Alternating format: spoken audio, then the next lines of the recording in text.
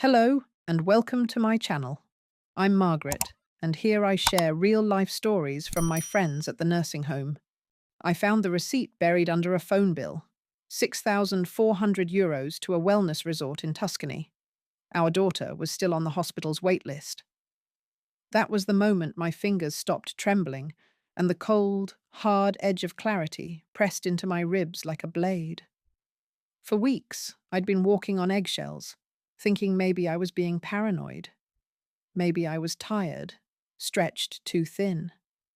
Maybe love meant believing the man you built your life with couldn't possibly look into your eyes and lie.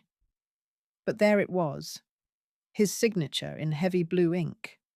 €6,400, paid in full. 7 nights in a glass villa overlooking olive groves and saltwater spas. And the name printed at the top, Lucia Moretti, his mother. I stood in the tiny laundry room, the whir of the dryer muffled by the silence crashing into my chest. My hands clutched the bill like it was a lifeline, though I already knew I was drowning. I'm Claire Madden, 42 years old, 17 years married. I'm the kind of woman people overlook in cafes and elevators. Polite, steady, quiet. I've never thrown a drink or raised my voice in public. But I've cleaned blood out of scrubs at 3 a.m., pulled double shifts to keep our insurance active, and folded socks in silence while my world collapsed one quiet betrayal at a time. Our daughter, Lily, was born with a congenital disorder affecting her spine. She's 10 now. Bright, sensitive, braver than most adults I know. She needs routine therapy and periodic surgeries, one of which we'd been waiting on for 6 months. The surgery was meant to improve her mobility before adolescence locked in certain complications. Time wasn't on our side. Just a few more weeks, Daniel would say, eyes on his phone. The insurance is being weird about pre-approval. But I've got it under control, Claire. Trust me. I did. God help me, I did. While I rushed from the night shift at St. Grace's Hospital to Lily's school pickups, Daniel worked remotely as a financial consultant. Flexible hours, better pay. He'd insisted on handling the money. Said I had enough on my plate. I believed him, because love is a long habit, like walking in the dark without bumping into furniture. Until your shin hits something that draws blood. The receipt didn't come out of nowhere. There were signs.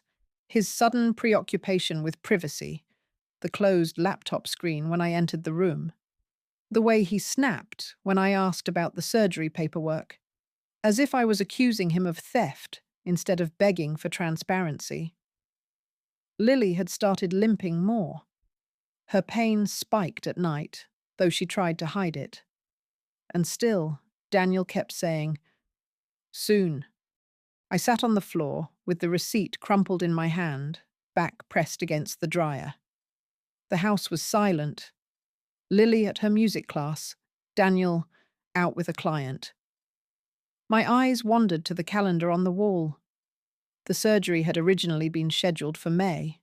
It was now July, and Lucia, his mother, had posted Instagram stories from Florence. Luxurious brunches, healing clay wraps, yoga in vineyard courtyards. I remembered her saying she needed a restorative break after her neighbour's poodle died. She'd kissed Lily on the forehead and whispered, "I'm praying for your surgery, sweetheart." €6,000. My daughter's spine, her pain, a prayer. That night, I watched Daniel spoon leftover casserole into a bowl while talking about how Europe was suffering from inflation too. I watched his mouth move while I imagined the taste of betrayal in mine. I wanted to scream, to hurl the receipt at him, to demand answers. But I didn't. Instead, I picked up Lily's fork and asked if her violin teacher had liked her new piece.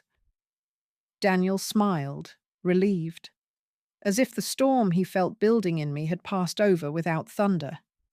He didn't know me as well as he thought. Let me tell you about a woman like me. We don't explode. We don't slash tires or scream on sidewalks. We take notes. We observe. We watch a man destroy our trust piece by piece. And we start stacking those pieces into a ladder to climb the hell out. For the next few days, I pretended nothing had changed. I still made coffee at 6:15 sharp, still folded his laundry, still let him kiss me on the cheek before client calls. But in the quiet moments, in stolen slivers of time at work or while Lily napped, I started going through bank statements. That's how I found out about the hotel in Florence, the first-class plane ticket, the urgent spa intervention package. What kind of world do we live in where that's even a phrase? He hadn't just sent his mother on vacation. He'd reallocated our daughter's chance at a future into a hot stone massage in Tuscany. And I still hadn't confronted him. Because I'd learned something vital during my years as a nurse and mother. Sometimes timing is everything, and sometimes silence is power. For a week, I watched the man I married from a distance of 3 feet, the same man who used to trace circles on my back while I drifted off to sleep, who cried with me the night Lily was diagnosed, who once built her a dollhouse by hand and painted the windows blue because that's the color of safety. But now I saw it. Not a flicker, not a shadow, but a fundamental shift. A selfishness so tightly wound in excuses it looked like responsibility. He wasn't lazy. He wasn't absent. He was careful, in ways that served only him. I knew I couldn't confront him unarmed. I needed proof, leverage, an exit that didn't leave me and Lily broke and broken. So I started digging. On Wednesday, during a break between patients, I sat with Janelle, one of the senior nurses, and a friend in the quiet, uncomplicated way women make allies in war zones. "Can I ask you something weird?" I said, pushing my tuna sandwich to the side. "If someone took out a loan in your name, how would you find out?" Her head jerked up. "Why? You think someone did?" I hesitated. "I don't know. I think my husband's hiding something, financially. I found a receipt for his mother's trip, but he's been saying we don't have enough for Lily's surgery." Janelle didn't say, "Oh my God." She didn't gasp. She leaned in. "You still have your own credit, Claire?" I nodded. "I mean, I assume so.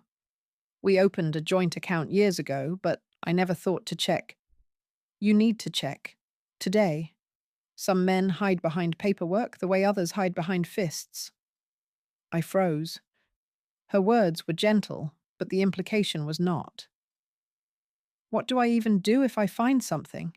I asked. Janelle paused, chewing slowly. "You get smart. Not loud." That evening, after Lily went to bed and Daniel started his usual hour-long wrap-up call, I logged into my old bank account. It took me 10 minutes to reset the password. Once I got in, my heart dropped. There it was. Personal loan, $18,500. Co-signed, Claire Madden.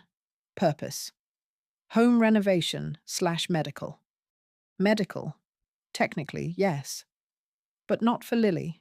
No paperwork from the hospital. No transfer to the pediatric neurosurgeon we'd met with. Just a withdrawal on the same day Lucia posted that selfie from a mud wrap in Siena. I nearly vomited. It wasn't just the betrayal. It was the precision. He had signed my name, used my credit, lied to my face. And all while I was changing bedpans and working overtime to make sure Lily's meds were covered. I took screenshots of everything, printed copies the next day at the nurse's station, slid them into a folder marked IV supply orders. And then I did something small, but huge. I opened a new bank account, just in my name, and set up an automatic transfer. $80 every week. Not much, but enough to start. The next week, Daniel brought home sushi and a bouquet of daisies. You've been working so hard, he said, leaning against the kitchen counter. I just want you to know I appreciate you. The audacity. The show. I stared at the flowers and thought, this is what guilt looks like. Daisies. Cheap, innocent-looking things. I appreciate that, I said quietly. Lily's follow-up is Thursday, remember? He smiled. Yep. Still waiting on that approval, though. I'll call the provider tomorrow. I nodded and took a sip of tea so I wouldn't scream. 2 days later, Lily came home from school, limping more than usual. She sat on the couch trying not to cry. Her cheeks were red, her lips pressed tight. I knelt in front of her. You okay, Bug? She nodded, then shook her head. Don't tell Dad, okay? I don't want him to be upset. I stared at her for a long moment, my throat tight. Why would he be upset? Because I'm not getting better. He said if I try really hard and stay positive, the surgery will come faster. That night, I cried in the shower. Not loud, not dramatic. Just steady, silent weeping, the kind that leaves your ribs sore. It was no longer about the money. It was about the fact that he made her feel responsible for her pain. That was my breaking point. I called Janelle.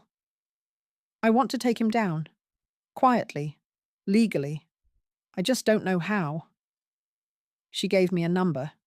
Dennis Ng, a freelance accountant who worked with nurses during divorce settlements and tax season. He's smart, discreet, and he owes me 3 favors. When I met Dennis 2 days later in a coffee shop near the hospital, I brought my folder of evidence. He listened for 20 minutes without interrupting. Then he said the 2 most satisfying words I'd heard in months. Let's begin.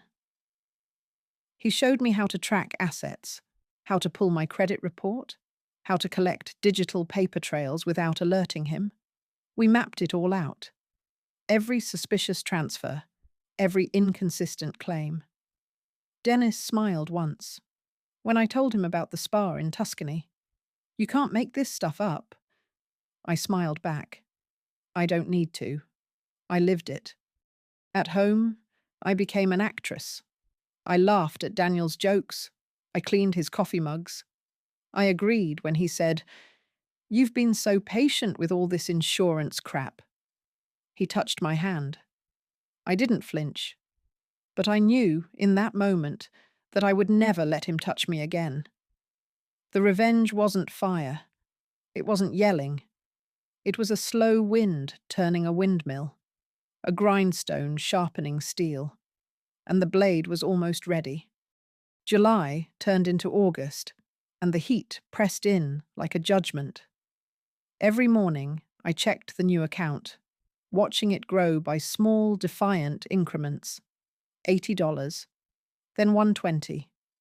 A little birthday money from my sister tucked in, a refunded work expense, the first glimmer of an escape fund.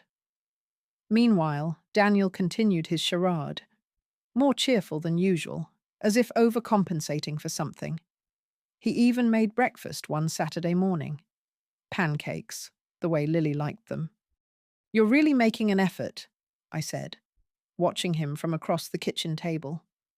He shrugged with a bashful smile. I've been distant, but I'm here now. Let's just focus on moving forward, okay? I smiled too, and in that smile was a blade he couldn't see.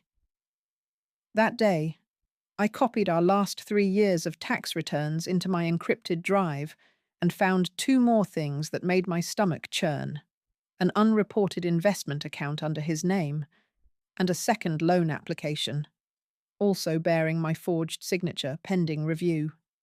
This one was for $12,000, labeled Emergency Family Support.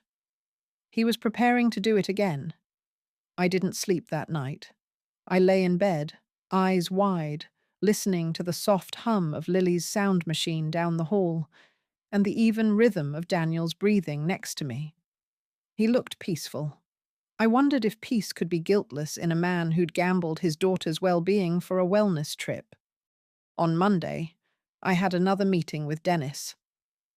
"This is enough," he said, thumbing through the paperwork. "He forged your signature. He concealed a loan. You've got emails, documents, timestamps. This is fraud, no grey area." My hands shook around my coffee cup. "Will pressing charges hurt Lily?" He shook his head. "We'll do it the right way. Quiet, official. No drama. And we'll include a request for restitution. Partial repayment of the loan, retraction of the second one, and legal protection from further financial entanglement." I nodded slowly. He paused, then added, "And Claire, I've seen this kind of case. You're not weak.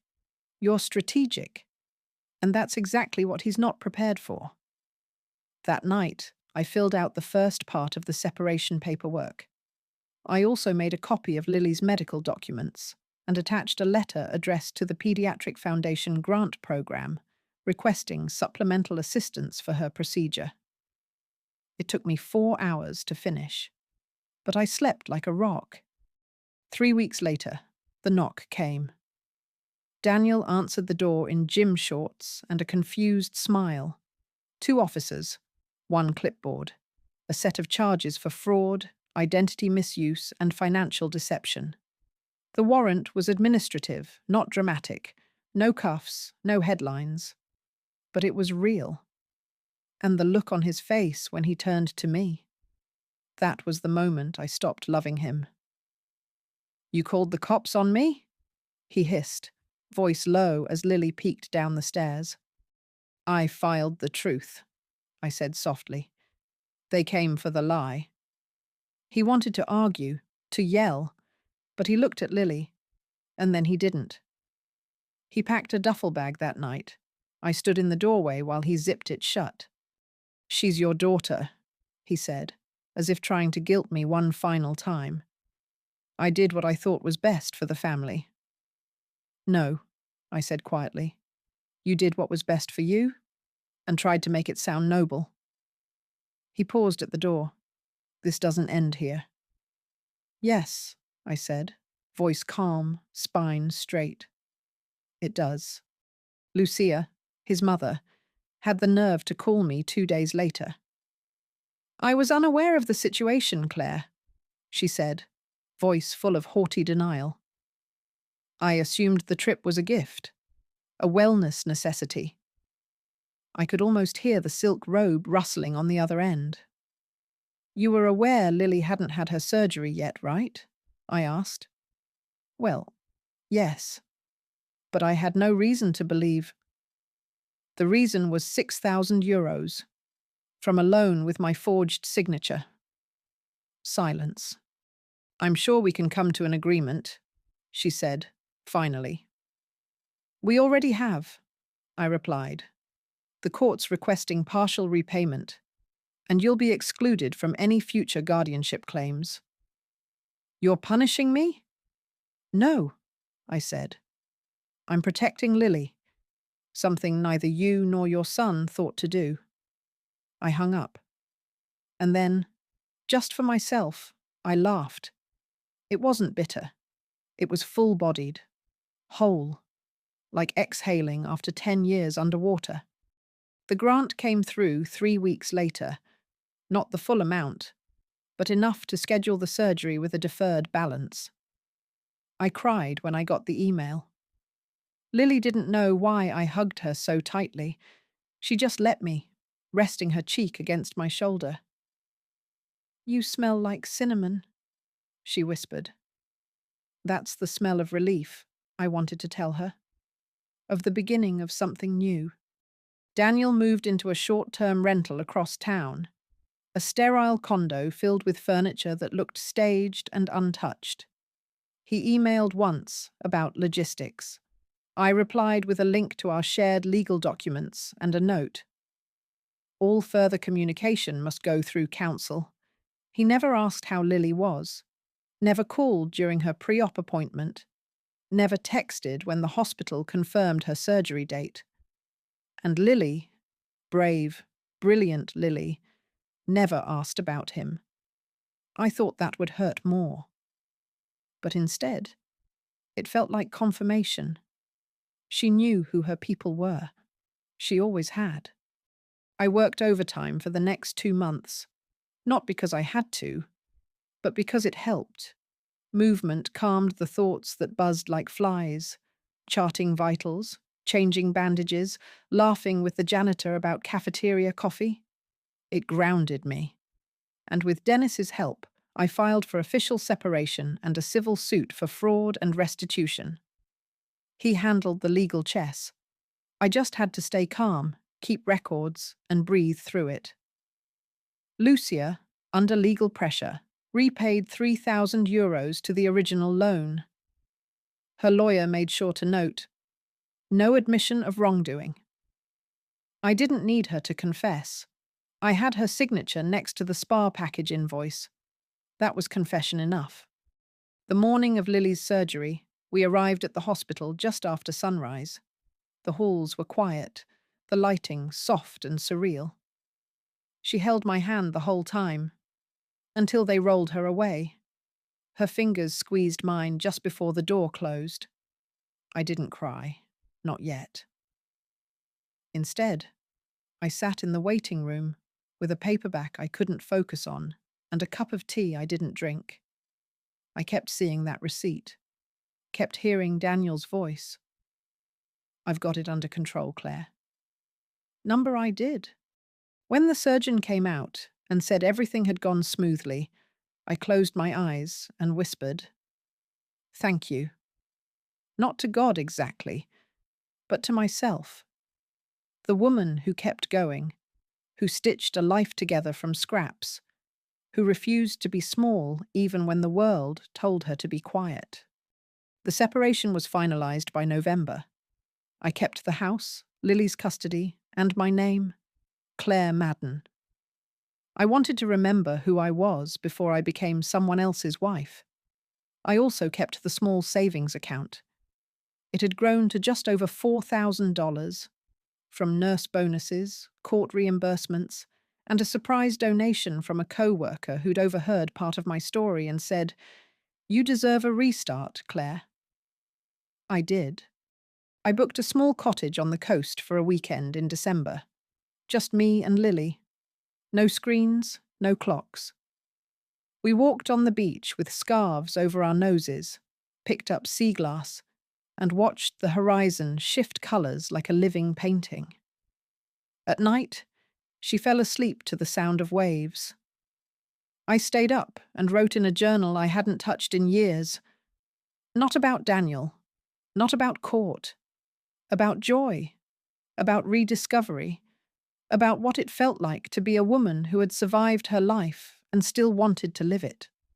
Lily asked me once, weeks later, "Is Daddy coming back?" I paused.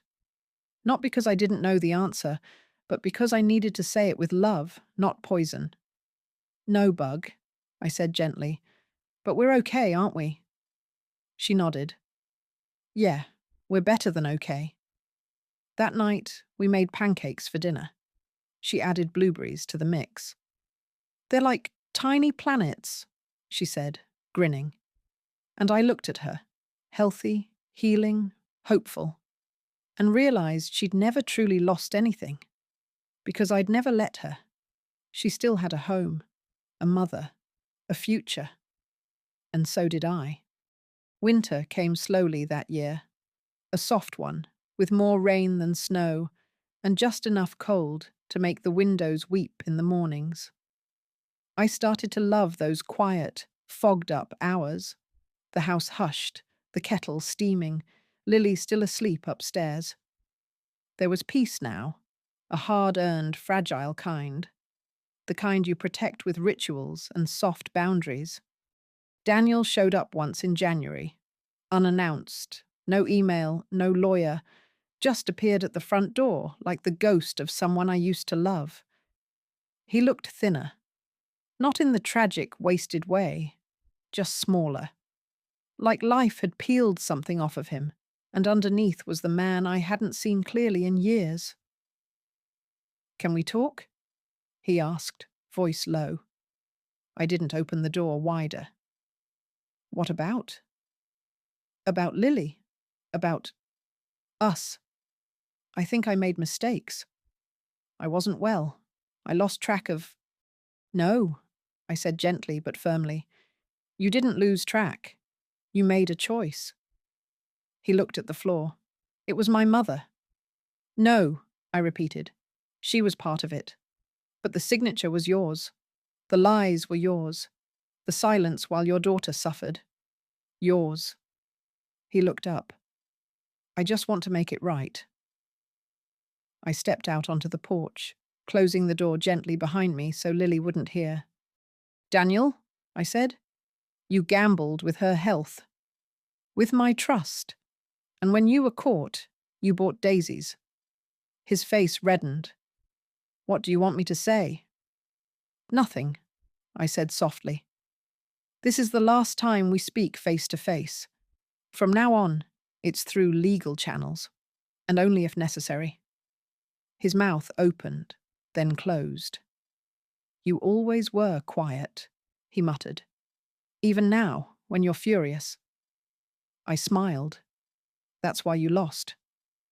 I closed the door, and this time it felt final. In February, Lily went back to school full-time. She walked into the building without assistance, backpack bouncing, braid swaying. I sat in the car and let the tears come.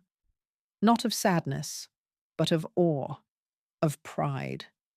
That afternoon, she made a drawing in art class. A picture of a house with 2 people and a cat, even though we didn't have one.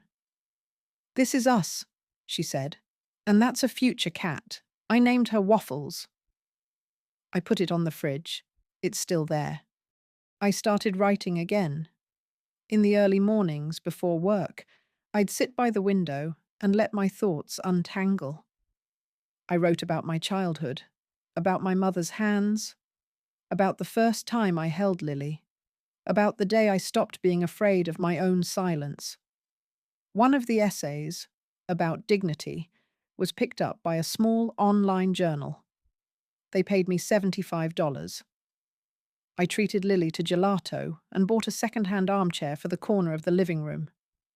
That chair became my sanctuary, my signal to myself. You survived. You're still becoming. In April, the civil case closed.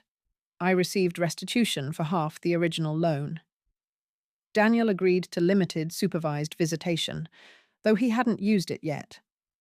Lucia never contacted me again. I let that part of the story fall away like dead skin. No rage, just release. Dennis, the accountant, sent me a congratulatory message and told me he was proud. Quiet revenge is the best revenge, he wrote, especially when it looks like peace. He was right. Now, months later, I still wake early. I still make tea. Lily still limps a little when she's tired, but less every week. Our life is modest. 2 bedrooms, 1 steady income, homemade dinners and second-hand books and laughter during dishes. But it's ours, and it is enough. Sometimes I think about that receipt, the one that changed everything. I keep it tucked inside my journal, not out of bitterness, but as a reminder. What broke me didn't finish me. It refined me. Because here's the truth, no one tells you. When the worst thing happens, and you think you can't go on, sometimes you don't have to fight. You just have to begin again. 1 step, 1 secret transfer, 1 deep breath at a time. And sometimes, that's all it takes to build a life from the ashes. A life with your name on it. Her name was Claire. She was quiet, but she never stayed broken.